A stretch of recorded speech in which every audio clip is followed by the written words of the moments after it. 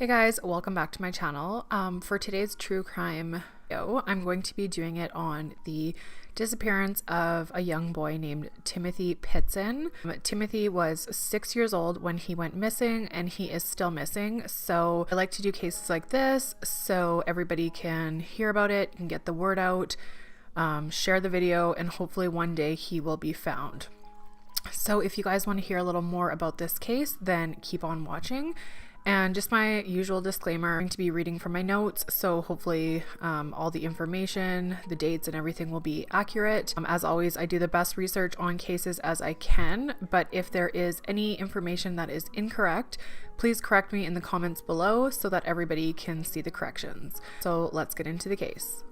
So like I said, Timothy was 6 years old at the time of his disappearance. He lived with his mother, Amy, and his father, James. On this particular day, without telling anyone of her plans, Amy went and signed Timothy out of his kindergarten class at Greenman Elementary School, and she drove to a repair shop that day at about 10 o'clock in the morning and dropped off her SUV.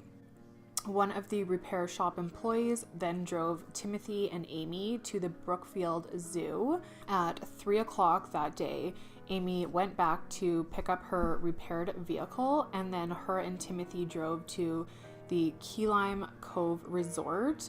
I'm not good with the names and pronunciations, but I believe it's called Gurnee, Illinois, and that is where they spent the night. So Timothy's father, James, then went to the school to pick Timothy up, and that was when he was informed that Amy had earlier already picked Timothy up. So James kept trying to call Amy and track them down, and all his calls went to voicemail or she did not pick up. So after a while he got concerned and he reported them as missing. So on May 12th, 2011, Amy and Timothy then drove to the Kalahari Resort in Wisconsin Dells, Wisconsin. The following morning at 10 a.m., there is security footage that shows them waiting to check out at the hotel. And at 1:30 p.m., Amy made several calls on her cell phone to family and friends just to inform them that she was with Timothy and everything was fine. They were not in any trouble. She didn't really explain too much of the situation, but the family and friends that she had called said that they could hear Timothy in the background. And on one of these phone calls, everything sounded fine and Timothy could be heard saying that he was hungry. And this was the last time anyone ever heard from or saw little Timothy.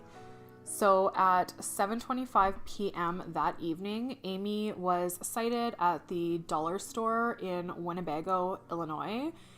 She purchased some stationery, and at this time she was alone. Surveillance footage shows her going into a nearby Sullivan Foods at 8 p.m. and once again she was without Timothy at the time. And then she checked into the Rockford Inn in Rockford, Illinois, and that was between about 11:15 and 11:30 p.m. So later that night or early the next morning, Amy ended up committing suicide by slashing her wrists and her neck, and she took a lethal dose of antihistamines.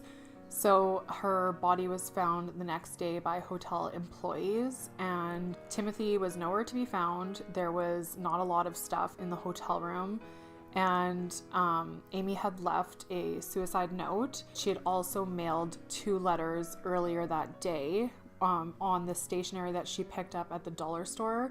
She wrote her family, it was specifically her mother, and to one of her friends.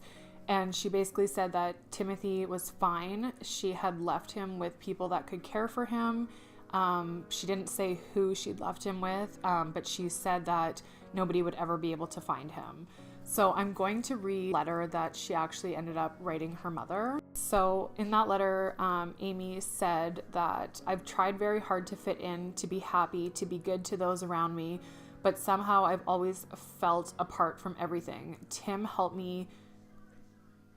with that for a while, and maybe if Jim and I had been in a better place, I would have been okay.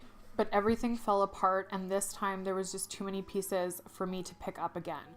I can't take the chance of Jim hurting Tim because of my choices, so I've taken him somewhere safe. He will be well cared for and says he loves you. Please know that there is nothing you could have done or said that would have changed my mind. I'm sorry for the hurt and difficulties I know you're going to face. I just hope one day you'll be able to forgive me. That was the letter. I believe in the hotel room there was children's gravel on the nightstand, but there was a lot of things missing from the hotel room. So her cell phone was missing. So was Timothy's Spider-Man backpack. His toys and his clothes was all missing, and the clothes that Amy was wearing when she checked out of the resort was missing. A tube of toothpaste and an iPass transponder. The authorities obviously examined the SUV, and in it they found traces of blood in the back seat, but family members had said that there was an incident where Timothy had a bleeding nose about a year ago or a year prior to, so they didn't know if the blood in the back seat was from the nosebleed or if it was from something else. They tested the knife that Amy used to commit suicide, and it didn't have any blood of Timothy's. It was just Amy's blood. The SUV was noticeably dirty, and there was like a lot of grass and brush on the undercarriage of the vehicle. They ended up taking that to test it to see if they could find where Amy had been, and possibly if she had done something to Timothy, if they could narrow down an area where she would have put Timothy.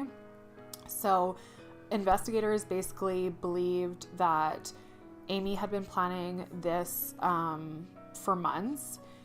In February or March of 2011, she had taken 2 other unexplained trips to the same area that Timothy would later disappear from. So they also found that she had a secret email account in her maiden name that her husband didn't know anything about.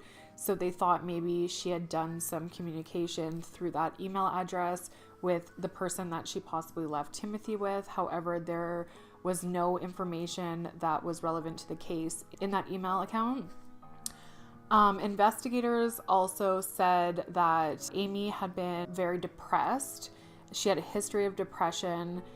She had possibly been wanting to leave her husband, and she didn't want to go through a custody battle, so that could possibly be why she did this. Nothing was ever found, no traces of Timothy. There was no explanation to where he was, and it has been several years and still nothing. However, in 2013, they ended up finding her cell phone, and her cell phone had been thrown into the roadside of Route 78, and it was like basically along the grass in the tree area. Investigators went back and searched the whole area to see if they could find anything else, but they found nothing. Her last words were basically that you'll never find him, which has proven to be true. I feel so bad for the father of Timothy because, I mean, all he wants is his son back. So does Amy's family. But it's just crazy that he completely has vanished. A lot of people speculate that maybe Amy had sold him to somebody, or that he's living amongst the Amish because they're kind of off the grid and he wouldn't be detected easily. He was old enough to know his name. He could probably say his address. So it's kind of crazy that all these years later, he's never said anything to anybody if he is still alive. It's just, I mean, it's very bizarre, but I hope that this case can kind of just like, you know, keep it in the spotlight, and hopefully nobody forgets about Timothy and everyone keeps looking. I'd love to hear from you guys in the comments down below what you think happened to him, and just remember to be respectful in the comments because they're family members. You never know if they're going to read these things. So just, yeah. But anyways, I hope you enjoyed this video, and I hope in some way it helps the family, and I will see you guys in my next video. Thank you so much for watching.